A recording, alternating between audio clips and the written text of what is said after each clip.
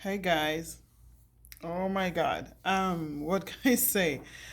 I'm dealing with something and I said I'm not gonna be ashamed about it. I'm just gonna talk about it. I have fibroids and I know a lot of people have fibroids and it's that feeling of like, is it just me? But you know what? The reality is like there's a lot of people dealing with fibroids. So today is one of those days where, I just feel like so bloated and I feel my surgery my surgery is next month and I'm feeling scared because I really don't know what's going to happen. First of all, I'm anemic. So I've been really trying to boost my energy and my blood level. I've been struggling with this. I was diagnosed in 2018, but apparently they really grew rapidly. And I think it's a couple of things that are going on. I have fibroids, then I have thyroid.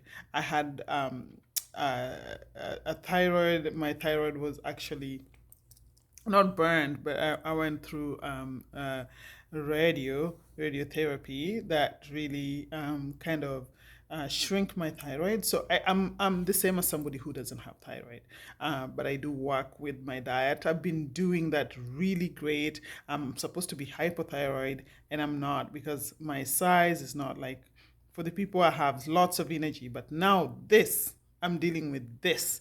So I don't know if my thyroid, my hormones based on my thyroid kind of contributed to my fibroids that I have right now because all of a sudden my fibroid before I had my daughter I was told I had fibroids, but they told me it wasn't that much of a deal.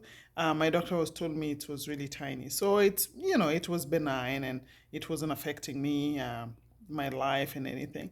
But then in 20 after I did my radiotherapy for my thyroid, then 2019, I started, late 2018, I started dealing with fibroids. It's like kind of started feeling pain. Then my doctor's like, okay, your fibroids not that big. Then I go for another ultrasound. Oh, now they're big. Now they're three. Now they're four. Now they're five. Oh, Lord.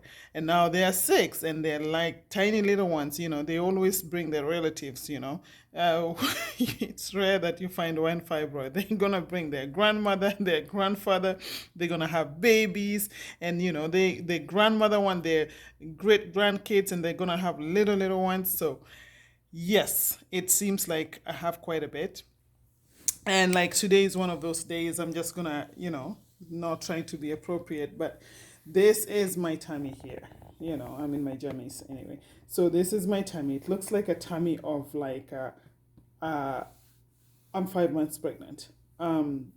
It's quite big, and it's really bothering me. So I ate, and I'm sitting here because you know what? I'm supposed to be working on my business. I'm supposed to be working on something different tonight, but it's just been one of those weeks where I feel so tired. I feel like defeated. Like I'm fighting. I'm not gonna let this thing put me down.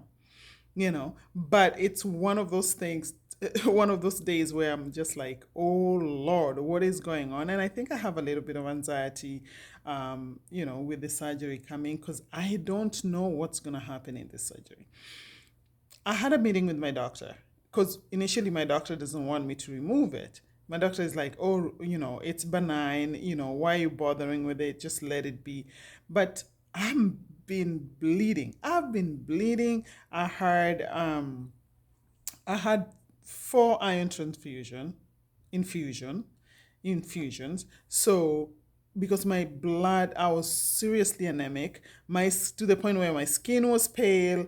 I mean, my tongue was pale. I just had no blood, and I went to the emergency one day because I was doing my workout. Yeah, I do kickboxing. I was doing my workout, and I could barely like do a 15 minutes. I just felt like I was dizzy, I was gonna fall down. Then I'm like, it kept on happening, and I'm like, no, this is not right. So one day I checked on emergency, and the emergency doctor was like, lady, you're severely anemic. So right away they put me on iron infusion. And then after that, I went to my doctor. And I'm like, listen, you gotta take this thing down. Oh, this is benign, and somehow fibroids they feed on your blood. They love blood. It's blood that makes them big. It's just they're thriving in blood. So any blood that you get, they just wanna eat it all. So for sure you're gonna get anemic, and if you're not careful, that anemia is gonna get into something else. You're going to be sick because you're anemic. You're going to be sick because now you're so anemic, you're going to get another disease out of that, you know.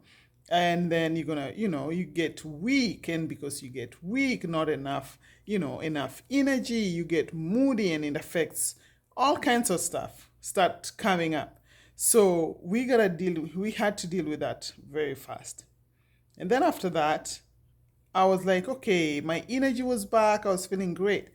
Guess what? Now when I'm having my periods, man, it's a bloody murder. If you check in that scene, it's a bloody murder. I can barely, I can, I can barely, I can barely like even sleep on my bed. I don't sleep on my bed when I'm having my periods. I sleep on the floor because I like white bed sheets. All my bed sheets are white, and it's crazy. I did that mistake once. I never did it again. So last month, no, not yeah. So I was given terasemic, trasemic acid. Yeah, trasemic acid to take. Trasemic acid basically stop you from bleeding. It's something. It's a medication given to people who have internal bleeding. Like people might have an accident and have internal bleeding, or people who have bleeding in the brain. So basically, it's reduced the bleeding. It stops the bleeding. I've taken that thing. I thought I overdosed this time because I just didn't want to. Anytime that it get close to my periods, anytime that it get close to the end of the month, I am freaking out. I go through anxiety. I am scared. I know what's coming and I don't know how to stop it. So I've been taking that, medication, but it wasn't helping me much, because and then my doctor told me, well, go for 3 times a day. So I was taking 3 times a day, but still, it didn't help. This time I started taking it 2 days before I had my periods, and I kept on taking full dose as if I was having my periods, and then I took it like for 6 days, 2 3 times I mean it's but still I had big clots coming out, like humongous. So I thought, like, what is this? So I asked, is this fibers falling off? I just had something in the bathroom, and I was told no. That has not. That's like means your fibroids. Huge big clots. So I feel like I've lost a lot of blood, and I have that. I'm feeling anxious because I'm like, how can I have surgery when I'm so anemic? My doctor doesn't given hasn't given me options like they just told me, okay, you're gonna have surgery. But I'm like, okay, I didn't realize there's two kinds of surgeries, like almost three. So there's lipo, and then there's myo, and I'm like, okay, which one am I gonna use? I'm confused. So today I went on YouTube. I started watching this video. Big mistake. Don't do that. I was freaking out. It has just spoiled my day because I'm feeling like, no way, why did I do this? Because now I'm more scared. I have no idea what to do. So tomorrow I have an appointment with my doctor, and we're going to be talking about it because I don't know which one is better than the other. I don't even want one tiny little mini fibroids left in me. I want everything out, because if that one is left in me, it's gonna have to start having babies again, and I don't want gonna have babies. Gonna want grandkids and great grandkids, and you know what? I don't want to lose my uterus. I want to keep my uterus intact. Intact. Um, in terms of like having kids, I don't know. Maybe I might want. Maybe I might have, maybe I might not, but I don't want to rule that out. I'm well, I'm not young. but I'm not old either. So I want to leave that out. So all these thoughts coming in my head and just racing, and I'm talking to people, I'm talking to friends, and I'm just like, what should I do? And I'm thinking, why is it my doctor told me that almost 80% of people with fibroids are black women. Black women have fibroids. So I'm thinking, what is it? Why black women? What's going on with black women? Is it because like we need so much vitamin D, and then because we have too much vitamin D because too much vitamin D increases your estrogen level, and too little lowers your estrogen level. And vitamin D is a hormone. So I'm thinking, what is it? Like, we black people need more vitamin D than, you know, um, white people. So I don't know what it is, but something is going on. This fibroids, somebody gotta deal with it. I mean, there's not enough funding. There's not enough funding. I'm so happy Kamala Harris in the in the states just put this out, say she's gonna make sure that there's more funding for fibroids. I mean, this thing is, there's so many people suffering in silence, so many women suffering in silence. If you're trying to have a kid and you're not getting pregnant, go check if you have fibroids, because when you have fibroids, it's very hard to get pregnant. You cannot get pregnant depending on where the fibroids is. Some can be on your on the lining of the uterus, and it just block the fertilization process to take place. And when you have fibroids, there's more chances that you have endometriosis, and that's another thing in there. So all these things together, I'm so anxious. Anyway, I just said I want to come here. I mean, this is my first video, but you know what? I just want to document my journey towards this, and see how it's going. And another thing, I've been having a lot of constipation, and my doctor think like, okay, we gotta go check your colon and stuff like that. And I'm like, push my dog. I'm like, yeah, sure, gonna go check my colon anyway. You know what? There's colon cancer everywhere, so I'm happy about that. But you know what? I know it has nothing to do with my colon.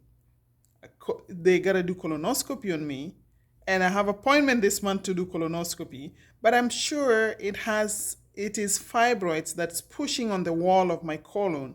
So it's each time I take a lot of fiber, it helps me to go. I go regularly, but sometimes it's hard. But I go regularly. I don't want to get into details, but yes, it's very good. Like to go 3 times a day, like I'm happy with that. But two, okay. But I'm somebody that I don't want nothing in me. I don't want to feel like there's nothing inside of me. I want my inside clean. If I feel so, that's been bothering. So they're doing colonoscopy on that one. Fine, but I am pretty sure there's nothing wrong with my colon. I'm pretty sure it's the fibroids that's pushing on the wall of my colon, and therefore sometimes making it hard for me to go. So I'm documenting my journey, just for fun. If in case it's going to help anybody out there, join the club. I know there's a lot of people suffering from this. I've taken everything, like, guys, I've tried to shrink these fibroids with all the natural methods I know how. I've Googled everything. I've drink, trust me. But you know what? No. I've done diet, I started doing keto. I was like, man, this keto is not helping me. I was getting dizzy. I was like, my sugar level dropped so bad. I was like, hell no, I'm not going to be now diabetic. I already have all this going on. I'm like, no, thank you. I went right back. I became vegetarian. I started eating veggies and stuff. And then my doctor goes, no, you're so anemic. You cannot be the vegetarian. I want you to start eating meat. And so there's different kind of iron, the plant-based iron and the animal-based iron. So that's for another time. But trust me, I have dig into this. I have studied it. I've gone to the corners of it. try to understand, and there's some lessons I've learned that I hopefully I can motivate somebody and I can share with somebody. So thank you very much, and for for watching. I hope you get something out of this. I don't know, but yeah. So just hopefully to hope to catch up with you later on. All right. Thanks. Bye.